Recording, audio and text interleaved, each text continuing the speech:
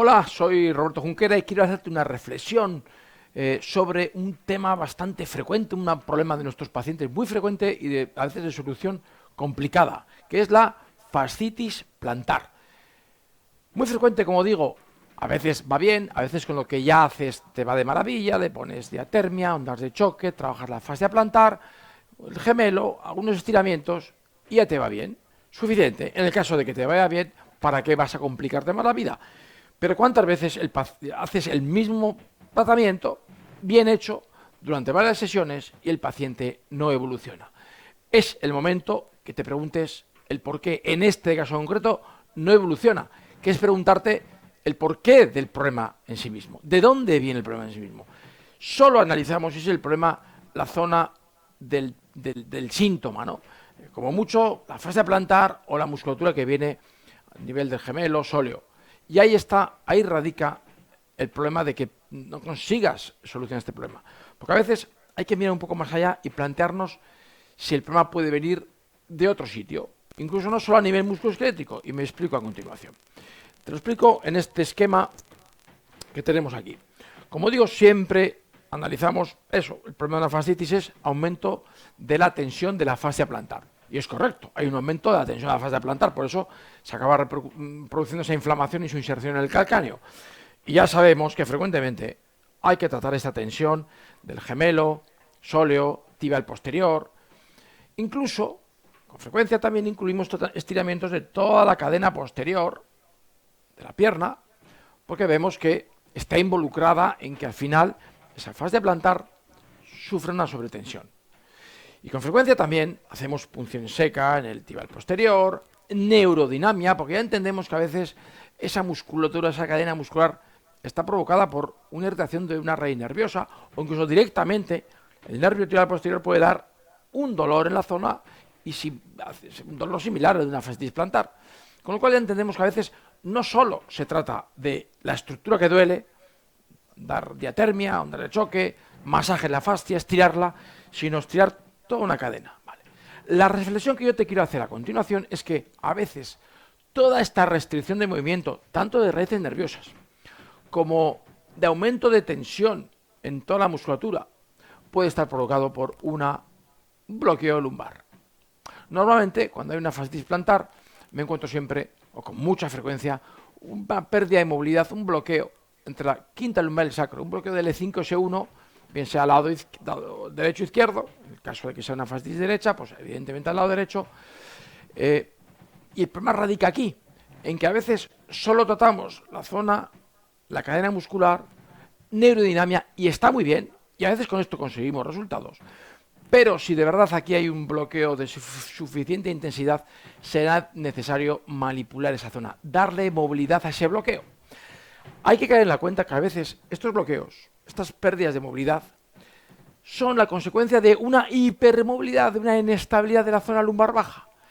Una inestabilidad tarde o temprano, en un mal gesto, a veces casi sin hacer nada, facilita que haya un bloqueo de la vértebra.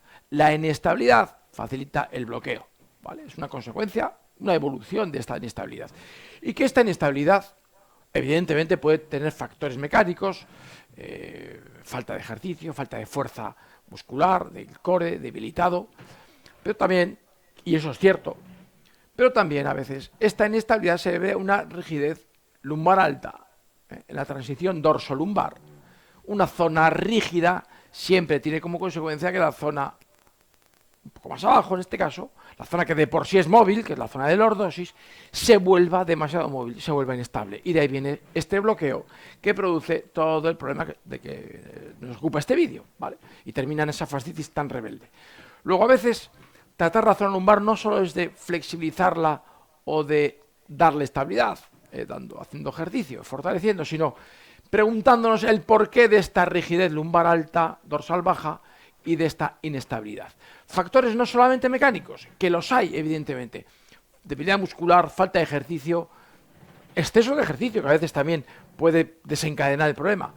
A veces hay factores menos evidentes, como son desarrollos viscerales. Sí, en una fascitis, frecuentemente, lo veo yo en muchos pacientes con fascitis que han fracasado con otros tratamientos convencionales. El problema está en una disfunción del riñón.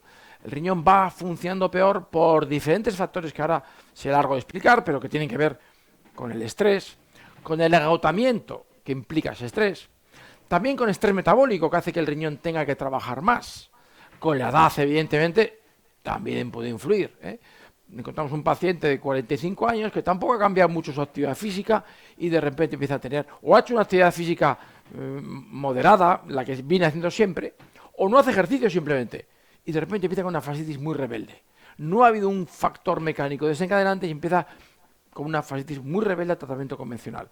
En estos casos, con mucha frecuencia, estamos en este patrón, en este esquema, un desarrollo de una disfunción renal que produce una rigidez lumbar, a veces con dolor o sin dolor, o simplemente una rigidez, con un bloqueo lumbar bajo por inestabilidad y con toda la consecuencia, toda esa cadena lesional que he explicado.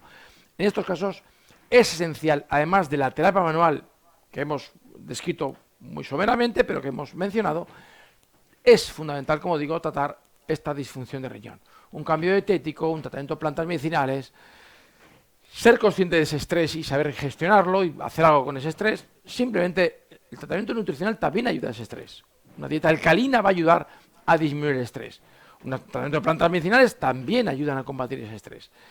Nos ayudará todo este tratamiento a enfocar el problema de una forma mucho más holística, más integrativa y conseguir resultados en muchas menos sesiones. Desde luego conseguirlos, pero también en muchas menos sesiones. Y entendiendo el porqué de esta lesión. No solamente son que es que de repente ahora me doy una fascitis por mala suerte. Todo tiene su causa. Y en la terapia, en la visión de Fit Concept, analizamos estos factores menos evidentes, pero a veces que son mucho más importantes. Estrés, agotamiento, cansancio, duermo mal, la alimentación, etcétera, etcétera. Si quieres saber más sobre esta visión del Fit Concept, tienes abajo aquí, en la descripción de este vídeo, cuando acabe, tienes un enlace a una masterclass gratuita sobre cómo afrontar este y otros muchos problemas musculoesqueléticos de esta forma más integral, más holística, desde el punto de vista de Fit Concept. Estoy seguro que va a ser tu interés y que va a ser un antes y un después en tu forma de afrontar los problemas musculoesqueléticos de tu paciente.